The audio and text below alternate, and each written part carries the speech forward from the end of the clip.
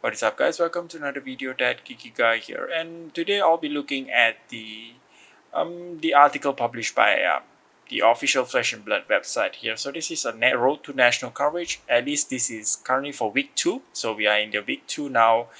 This was published on the 13th of August, and as of the upload of this video, it's gonna be the 18th of August. So I'm a bit late on this, but we're gonna still look at the week 2 here and see what we can have as an overview.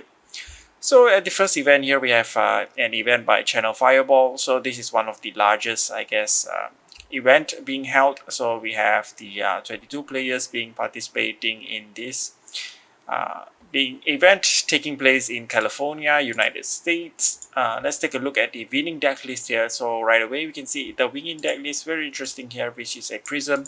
Usually we see Prism in the top 8, but here Oliver here actually made it to the first using Prism, so that's pretty interesting. So let's just go through the deck list.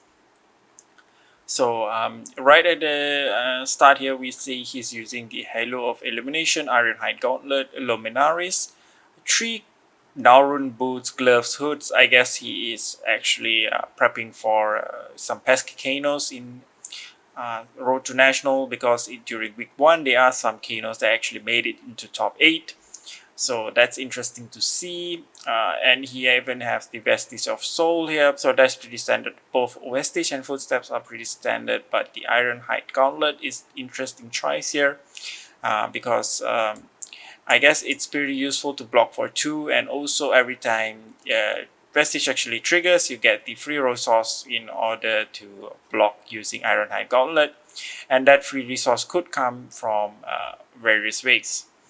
So interesting choice there, Ironhide Gauntlet. Also another thing to note is every time he plays out a soul, and if there is enough resource, he can actually use it to block during the opponent turn. And as you know, those auras are instant, so that's also possible. So for pitch 1 here, we have very few cards, 3 copies of Sing Below, 2 Prismatic Shield, 1 Command and Conquer. For pitch 2, 3 copies of Arclight Sentinel, 3 copies of Genesis, 3 copies of Celestial Cataclysm. So these are standard stuff. So what really caught my eye here is the Glisten. So Glisten is pretty interesting. It's only useful if you have auras in the field. So those really buffs up the aura. So you have the yellow Glisten, so you can pepper up to 3 counters on each of those aura, giving them some damage boost. And also Wrath, 3 copies. So Oliver here actually played all available auras for Prism, so this is a very aura heavy deck. So all the yellows you see here are just auras, and also a Raging Onslaught. So Raging Onslaught most probably is being used to counter other Prism in order to break their attacks. So Raging Onslaught here is pitches for yellow, so it also helps in pitching, and also it blocks for 3, and it's coming for 6 in order to break those Phantasm. That's useful against Triumph, but still very useful.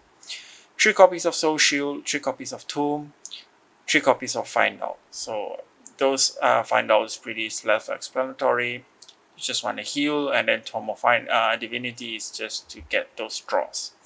1 copy of Energy Potion helps setting up. So if you're going first, you might want to have this in your deck. If you're going second, maybe you want to have this in your sideboard. It really depends. So most Herald are being used here to pitch blue. 3 copies of Illuminate, just to add 1 card into the soul. Impenetrable Belief, Time Snap Potion, and also Fortune Herald.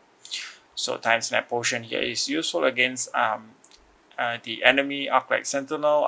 Some of the stuff that can be used. Impenetrable Belief is useful to actually block against the chain players. So that's for Oliver's. Then we can also see Jake making up to the top 3 using Bravo.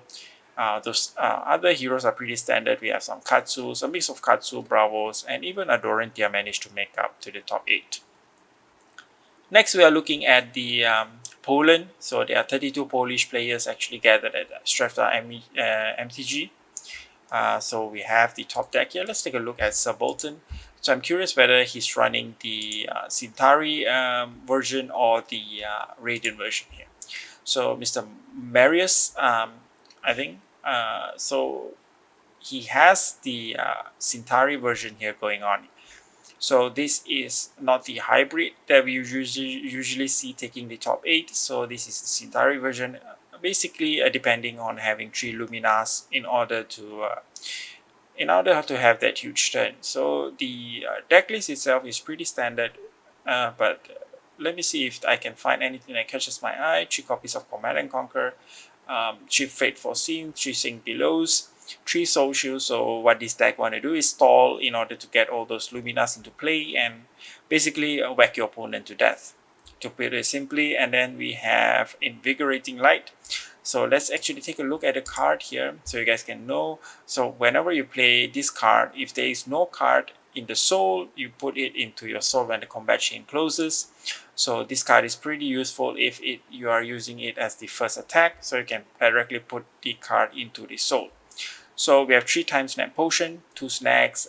So this is pretty standard because Arclight Sentinel basically kills the deck, so times Snap Potion is pretty useful, and 2 copies of snack to deal with chains. Now if we scroll down more, we can see that Sam here at the Modern Tabletop Gaming actually got a first place with a Bravo. Let's take a quick look at the Bravo deck. So the deck list itself, I think, is a pretty standard deck list. We have Time Skippers just to avoid those Arclight Sentinels. Once again, Zealous Belting, Stem Authority, Staunch Response. Even a Tome of Findout is being played here. Remembrance against those longer games. So this is a pretty standard Bravo deck. Next we have P4D. So we have about 13 Norwegian players here. So we see another Bolton actually takes the top place.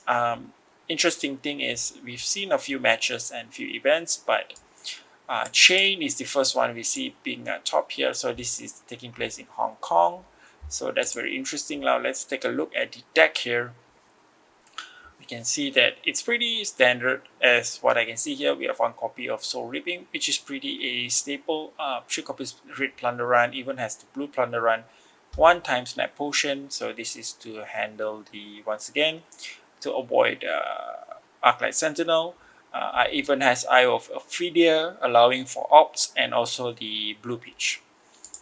Now if you go down here, we have Shuffle and Cut. So this took place in New Zealand.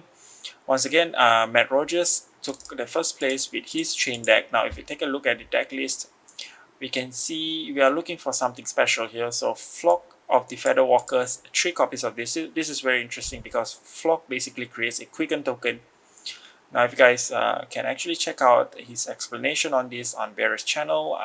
I think Arsenal Pass actually made a video interviewing Matt Rogers, so you guys can take a look at that, including his explanation for each of these. So let's just go. We have some good, even a dash deck making to the top 8. Another Chain actually made it to the top 8. Alexander here. Let's take a look at his deck, and we can also take a look at the Prism deck. So we have the standard Chain deck, and the interesting thing here is playing Belittle. So I guess if he actually managed to get some blue cards with low base attack, Belittle would be useful in order to get some Minuism. Interesting part here is he's only playing 1 copy of Minuism here. And then we have Art of War, standard stuff. So we take a look. Let's take a look at Matthew's Prism deck here. So we can take a look here. So we know that he's playing a more Herald heavy deck compared to the Oliver's deck, which is heavy on the auras. So that's interesting to see. I guess this is more of a hybrid because he has a ample amount of auras going on. Next, we are looking at the Mana Screw. So there are insufficient information, but we do know Katsu got a first place here. So next we have Bravo. So this is Compete Esport. I guess Compete Sport or Compete Esport. Rob Siegel, a familiar name, having a top place using his Bravo deck. So once again, there is a pretty standard deck list. Zealous Belting just to give a wider option for Bravo, and That's pretty standard. And let's scroll down to Game Castle, another chain deck by Taylor here. We can take a look at the deck to see if we can find anything interesting. We do have a Whisper Oracle, 3 copies of that. I guess he prefers this over the Eye of Ophidia, also allowing opt for 3, opt for 4 for the blue one.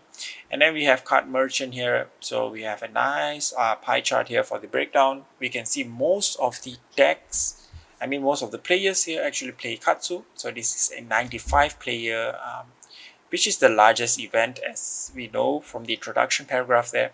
So 19 players actually play Katsu, but unfortunately only one made it to the top 8, so that's interesting.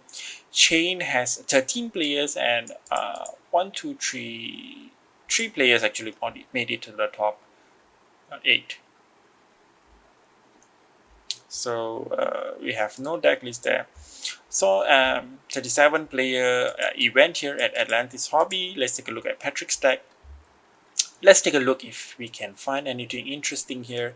So the deck list itself is pretty standard stuff. So 1 copies of Eclipse, of course, Gorganium Tome, just to give Reef Binded +1. So we are now looking at Paragon Games, Illinois, United States, hosted a 30 player event. So we see Chain once again. Once again, Chain is dominating most of these events, so that is to be expected. With the banishing power of Chain, that is. So once again, we see another Eye of Ophidia. So this is a trend we are looking now, with decks going for Eye for that pitch, and also the power to opt. Sorry, I just yawned there. So we have Card Table Republic. So this is taking place in the United States, 36 player event. Once again, another chain, and interestingly a Viscerai deck. So let's take a look at the chain. This would be the Matt Rogers kind of deck with the Flock of the Feather Walker, but interestingly he doesn't play the blue ones, so a bit different. So we have also a 1 copy of Nine Blade. I guess this is to counter Prism. So let's go take a look at the Viscerai's deck. We can see he's playing quite a number of aggressive cards here. Oath of the Arcanite, Plunder Run. So that's interesting. Warmonger's Recital, we don't usually see this card. Remembrance, Tome of Findal, 2 copies of Snag, Arcanite Shard. So this is the card we don't usually see, but Mr. Matt here actually plays that, so that's pretty cool. So it's nice to see Viscerai making to the top 8.